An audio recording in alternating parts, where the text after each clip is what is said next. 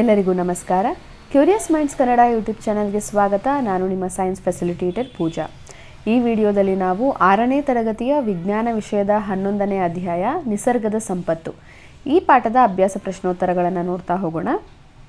ಮೊದಲನೇದಾಗಿ ನೈಸರ್ಗಿಕ ಸಂಪನ್ಮೂಲಗಳಿಗೆ ಸಂಬಂಧಿಸಿದಂತೆ ಚಿತ್ರ 11.9 ಕೆಲವು ವಸ್ತುಗಳನ್ನು ತೋರಿಸುತ್ತದೆ.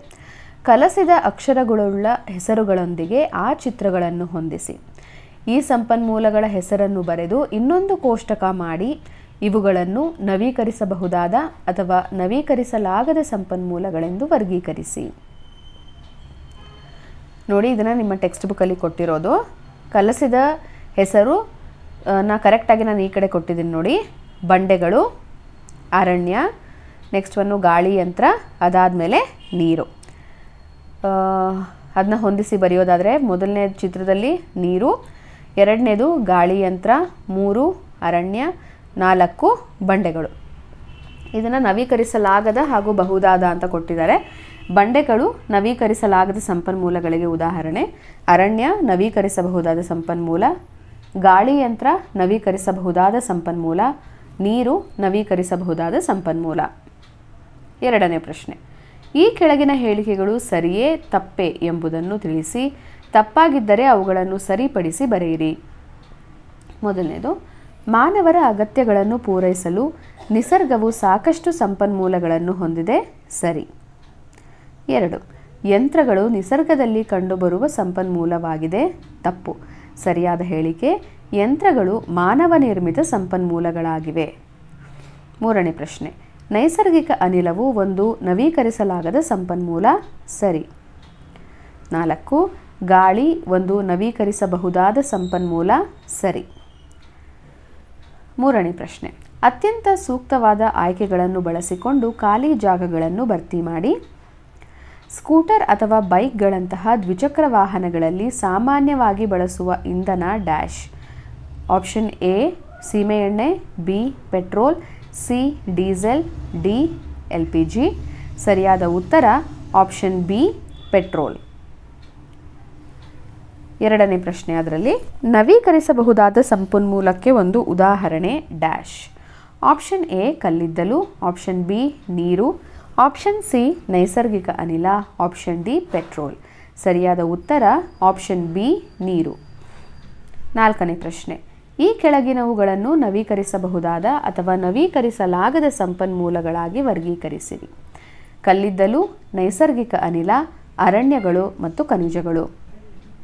ಉತ್ತರ, ನವೀಕರಿಸಬಹುದಾದ ಸಂಪನ್ಮೂಲಗಳು ಅರಣ್ಯಗಳು, ನವೀಕರಿಸಲಾಗದ ಸಂಪನ್ಮೂಲಗಳು ಕಲ್ಲಿದ್ದಲು, ನೈಸರ್ಗಿಕ ಅನಿಲ, ಖನಿಜಗಳು. ಐದನೇ ಪ್ರಶ್ನೆ, ಪೆಟ್ರೋಲಿಯಂ ಅನ್ನು ನವೀಕರಿಸಲಾಗದ ಸಂಪನ್ಮೂಲ ಎಂದು ನಾವು ಏಕೆ ಹೇಳುತ್ತೇವೆ? ಉತ್ತರ, ಭೂಮಿಯೊಳಗೆ ಆಳವಾಗಿ ಹೂತು ಹೋಗುವ ಸೂಕ್ಷ್ಮಜೀವಿಗಳು ಮತ್ತು ಸಸ್ಯಗಳ ಅವಶೇಷಗಳನ್ನು ರೂಪಿಸಲು ಲಕ್ಷಾಂತರ ವರ್ಷಗಳು ಬೇಕಾಗಿರುವುದರಿಂದ ಪೆಟ್ರೋಲಿಯಂ ಅನ್ನು ನವೀಕರಿಸಲಾಗದ ಸಂಪನ್ಮೂಲವೆಂದು ಪರಿಗಣಿಸಲಾಗುತ್ತದೆ. ಆರನೇ ಪ್ರಶ್ನೆ, ಕಾಡುಗಳನ್ನು ಪುನಃ ಬೆಳೆಸುವುದು ಕಷ್ಟ. ಈ ಹೇಳಿಕೆಯನ್ನು ಸ್ಪಷ್ಟೀಕರಿಸಿ. ಉತ್ತರ, ಮರಗಳ ಬೆಳವಣಿಗೆಗೆ ಹಲವು ವರ್ಷಗಳು ಬೇಕಾಗಿರುವುದರಿಂದ ಅರಣ್ಯವನ್ನು ಮತ್ತೆ ಬೆಳೆಸುವುದು ಕಷ್ಟ. ಮಣ್ಣು ಪೋಷಕಾಂಶಗಳನ್ನು ಕಳೆದುಕೊಳ್ಳಬಹುದು ಅಥವಾ ಕ್ಷೀಣಿಸಬಹುದು. ಇದು ಹೊಸ ಸಸ್ಯಗಳ ಬೆಳವಣಿಗೆಗೆ ಕಡಿಮೆ ಸೂಕ್ತವಾಗಿಸುತ್ತದೆ. ಏಳನೇ ಪ್ರಶ್ನೆ, ನೈಸರ್ಗಿಕ ಸಂಪನ್ಮೂಲಗಳನ್ನು ಬಳಕೆ ಮಾಡುವ ನಿಮ್ಮ ದೈನಂದಿನ 5 ಚಟುವಟಿಕೆಗಳನ್ನು ಪಟ್ಟಿ ಮಾಡಿ. ಉತ್ತರ, ನೈಸರ್ಗಿಕ ಸಂಪನ್ಮೂಲವನ್ನು ಬಳಕೆ ಮಾಡುವ ದೈನಂದಿನ ಚಟುವಟಿಕೆಗಳು ವಾಹನ ಚಾಲನೆ, ತಿನ್ನಲು ಆಹಾರ, ಕುಡಿಯುವ ನೀರು, ಬರೆಯಲು ಪೇಪರ್, ಸೋಲಾರ್ ವಾಟರ್ ಹೀಟರ್. 8ನೇ ಪ್ರಶ್ನೆ, ಗಾಳಿಯ ಉಪಸ್ಥಿತಿಯಿಂದ ಸಾಧ್ಯವಾಗುವ 4 ಚಟುವಟಿಕೆಗಳನ್ನು ಪಟ್ಟಿ ಮಾಡಿ. ಉತ್ತರ, ಉಸಿರಾಡಲು ಗಾಳಿಯನ್ನು ಬಳಸುತ್ತೇವೆ, ವಿದ್ಯುತ್ತನ್ನು ಉತ್ಪಾದಿಸಲು, ಪಕ್ಷಿಗಳು ಮತ್ತು ಗಾಳಿಪಟ ಹಾರಲು, ದೋಣಿ ಚಲಿಸಲು. 9ನೇ ಪ್ರಶ್ನೆ, ನೀವು ವಾಸಿಸುವ ಪ್ರದೇಶದ ಸುತ್ತಲಿನ ಹಸಿರು ಹೊದಿಕೆಯನ್ನು ಹೆಚ್ಚಿಸಲು ನಿಮ್ಮ ಕೊಡುಗೆ ಏನು? ನೀವು ಕೈಗೊಳ್ಳಬಹುದಾದ ಕ್ರಮಗಳನ್ನು ಪಟ್ಟಿ ಮಾಡಿ. ಉತ್ತರ, ಲಭ್ಯವಿರುವ ತೆರೆದ ಸ್ಥಳಗಳಲ್ಲಿ ಗಿಡಗಳನ್ನು ನೆಡಿ, ಇರುವ ಮರಗಳನ್ನು ರಕ್ಷಿಸಿ, ಶಾಲೆಗಳಲ್ಲಿ ಜಾಗೃತಿ ಕಾರ್ಯಕ್ರಮಗಳನ್ನು ನೀಡಿ, ಸಸ್ಯಗಳಿಗೆ ನೀರು ಹಾಕಿ. 10ನೇ ಪ್ರಶ್ನೆ. ಆಹಾರ ತಯಾರಿಸುತ್ತಿರುವುದನ್ನು ಕೊಟ್ಟಿರುವ ಚಿತ್ರದಲ್ಲಿ ನಾವು ಗಮನಿಸಬಹುದು. ಈ ಕೆಳಗಿನ ಪ್ರಶ್ನೆಗಳಿಗೆ ಉತ್ತರಿಸಿ. ಆ ಚಿತ್ರ ನೋಡಿ ಪ್ರಶ್ನೆಗಳಿಗೆ ಉತ್ತರಿಸಬೇಕು. ಮೊದಲನೇ ಪ್ರಶ್ನೆ, ಆಹಾರವನ್ನು ತಯಾರಿಸಲು ಯಾವ ರೀತಿಯ ಶಕ್ತಿಯನ್ನು ಬಳಸಲಾಗುತ್ತಿದೆ? ಉತ್ತರ, ಆಹಾರ ತಯಾರಿಸಲು ಸೌರಶಕ್ತಿಯನ್ನು ಬಳಸಲಾಗುತ್ತಿದೆ. ಎರಡನೇ ಪ್ರಶ್ನೆ, ಆಹಾರ ತಯಾರಿಸಲು ಈ ರೀತಿಯ ಶಕ್ತಿಯನ್ನು ಬಳಸುವುದರ ಒಂದು ಅನುಕೂಲ ಮತ್ತು ಒಂದು ಅನಾನುಕೂಲವನ್ನು ಬರೆಯಿರಿ. ಉತ್ತರ, ಅನುಕೂಲ, ಸೌರಶಕ್ತಿಯು ನವೀಕರಿಸಬಹುದಾದ ಸಂಪನ್ಮೂಲ, ಮಾಲಿನ್ಯವನ್ನು ಉಂಟು ಮಾಡುವುದಿಲ್ಲ ಮತ್ತು ಇದು ಪರಿಸರ ಸ್ನೇಹಿಯಾಗಿದೆ. ಅನಾನುಕೂಲ, ಇದು ಸಂಪೂರ್ಣವಾಗಿ ಹವಾಮಾನ ಪರಿಸ್ಥಿತಿಯ ಮೇಲೆ ಅವಲಂಬಿತವಾಗಿದೆ. ಮೋಡ ಕವಿದ ದಿನಗಳಲ್ಲಿ ಅಥವಾ ರಾತ್ರಿಯಲ್ಲಿ ಇದನ್ನು ಬಳಸಲಾಗುವುದಿಲ್ಲ. 11ನೇ ಪ್ರಶ್ನೆ, ಮರಗಳನ್ನು ಬೃಹತ್ ಪ್ರಮಾಣದಲ್ಲಿ ಕಡಿಯುವುದರಿಂದ ಮಣ್ಣಿನ ಗುಣಮಟ್ಟದ ಮೇಲೆ ಕೆಟ್ಟ ಪರಿಣಾಮ ಉಂಟಾಗುತ್ತದೆ ಎಂದೇಕೆ ನೀವು ಯೋಚಿಸುವಿರಿ? ಉತ್ತರ, ಮರಗಳನ್ನು ಕಡಿಯುವುದರಿಂದ ಮಣ್ಣಿನ ಗುಣಮಟ್ಟದ ಮೇಲೆ ಪರಿಣಾಮ ಬೀರುತ್ತದೆ, ಏಕೆಂದರೆ ಮರಗಳ ಬೇರುಗಳು ಮಣ್ಣನ್ನು ಒಟ್ಟಿಗೆ ಹಿಡಿದಿಟ್ಟುಕೊಳ್ಳುತ್ತವೆ. ಇದು ಮಣ್ಣಿನ ಸವೆತವನ್ನು ತಡೆಯುತ್ತದೆ. ಮರಗಳಿಲ್ಲದೆ ಮಣ್ಣು ಮಳೆಯಿಂದ ಕೊಚ್ಚಿ ಹೋಗಿ ಫಲವತ್ತಾದ ಮೇಲ್ಮಣ್ಣಿನ ನಷ್ಟಕ್ಕೆ ಕಾರಣವಾಗಬಹುದು. 12ನೇ ಪ್ರಶ್ನೆ, ಗಾಳಿಯನ್ನು ಕಲುಷಿತಗೊಳಿಸುವ 2 ಮಾನವ ಚಟುವಟಿಕೆಗಳನ್ನು ವಿವರಿಸಿ. ವಾಯು ಮಾಲಿನ್ಯವನ್ನು ಕಡಿಮೆ ಮಾಡಲು ಸಹಾಯ ಮಾಡುವ ಒಂದು ಕ್ರಮವನ್ನು ಸೂಚಿಸಿ. ಉತ್ತರ, ಹೆಚ್ಚು ವಾಹನಗಳನ್ನು ಬಳಸುವುದರಿಂದ ಗಾಳಿಯಲ್ಲಿ ಹಾನಿಕಾರಕ ಮಾಲಿನ್ಯಕಾರಕಗಳು ಬಿಡುಗಡೆಯಾಗುತ್ತವೆ. ಅರಣ್ಯ ನಾಶವು ಇಂಗಾಲದ ಡೈಆಕ್ಸೈಡ್ ಅನ್ನು ಹೀರಿಕೊಳ್ಳುವ ಮರಗಳ ಸಂಖ್ಯೆಯನ್ನು ಕಡಿಮೆ ಮಾಡುತ್ತದೆ. ವಾಯು ಮಾಲಿನ್ಯ ಕಡಿಮೆ ಮಾಡಲು ಕ್ರಮ. ವಾಹನಗಳಿಂದ ಬಿಡುಗಡೆಯಾಗುವ ಮಾಲಿನ್ಯಕಾರಕಗಳನ್ನು ಕಡಿಮೆ ಮಾಡಲು ಸಾರ್ವಜನಿಕ ಸಾರಿಗೆ ಮತ್ತು ವಿದ್ಯುತ್ ವಾಹನಗಳನ್ನು ಬಳಸಿ. ಕಸವನ್ನು ಸುಡಬಾರದು.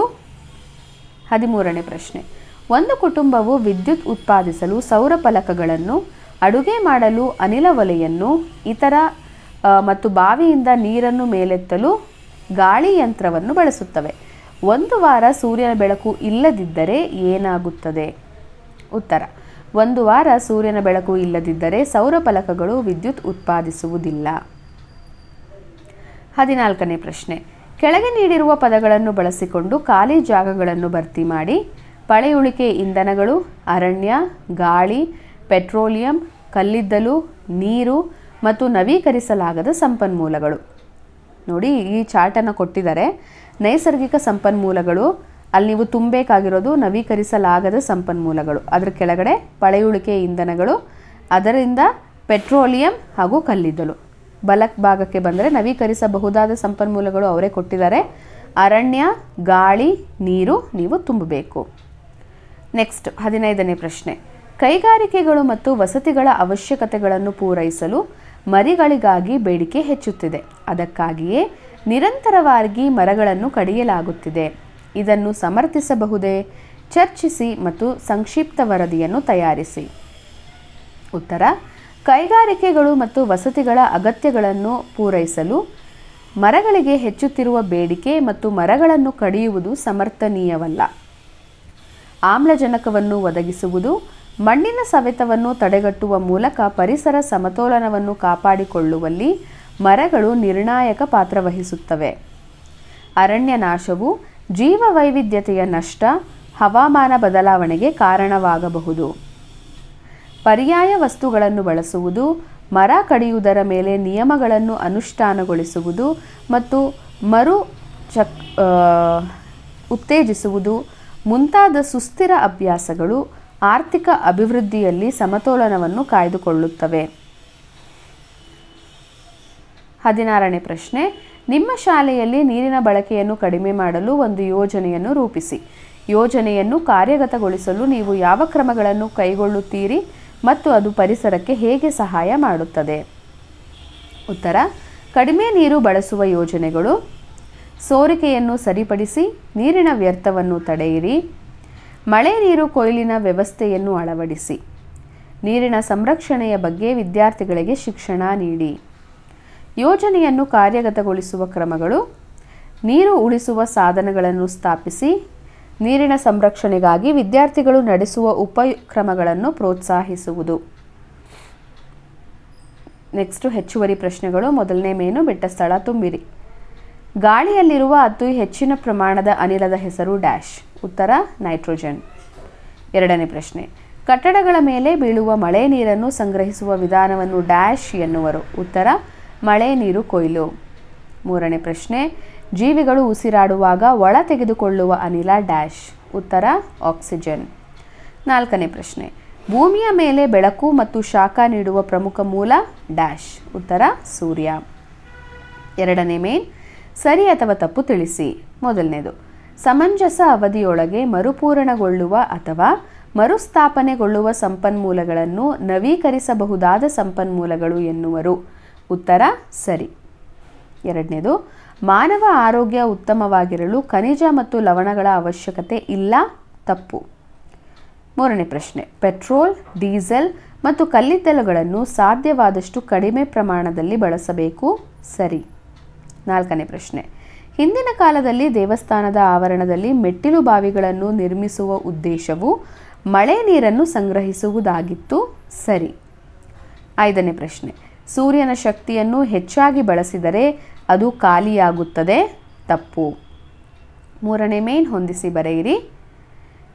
ಉತ್ತರ ನೋಡ್ತಾ ಹೋಗೋಣ. ಗಾಳಿ ಯಂತ್ರ ಪವನಶಕ್ತಿ, ಕಾರು ಪೆಟ್ರೋಲ್, ಸೋಲಾರ್ ಕುಕ್ಕರ್ ಸೌರಶಕ್ತಿ, ಪೀಠೋಪಕರಣಗಳ ತಯಾರಿಕೆ ಅರಣ್ಯಗಳು, ಜಲವಿದ್ಯುತ್ ಸ್ಥಾವರ ನೀರು. ನಾಲ್ಕನೇ ಮೇನ್ ಒಂದು ವಾಕ್ಯದಲ್ಲಿ ಉತ್ತರಿಸಿ. ಮೊದಲನೇ ಪ್ರಶ್ನೆ. ಸಸ್ಯಗಳು ಯಾವ ಶಕ್ತಿಯನ್ನು ಬಳಸಿ ಆಹಾರ ತಯಾರಿಸುತ್ತವೆ. ಉತ್ತರ ಸಸ್ಯಗಳು ಸೂರ್ಯನ ಶಕ್ತಿಯನ್ನು ಬಳಸಿ ಆಹಾರ ತಯಾರಿಸುತ್ತವೆ. ಎರಡನೇ ಪ್ರಶ್ನೆ.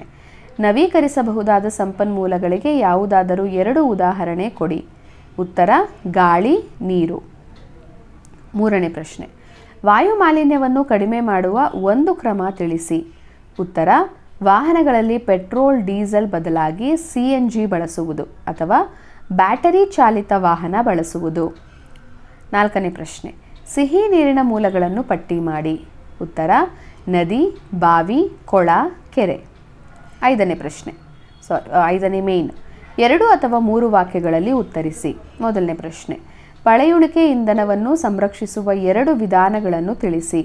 ಉತ್ತರ ಸಾರ್ವಜನಿಕ ವಾಹನಗಳಾದ ಬಸ್ಸು, ರೈಲನ್ನು ಹೆಚ್ಚಾಗಿ ಬಳಸುವುದು, ಕಡಿಮೆ ದೂರದ ಪ್ರಮಾಣವನ್ನು ಕಾಲ್ನಡಿಗೆಯಲ್ಲಿ ಹೋಗುವುದು.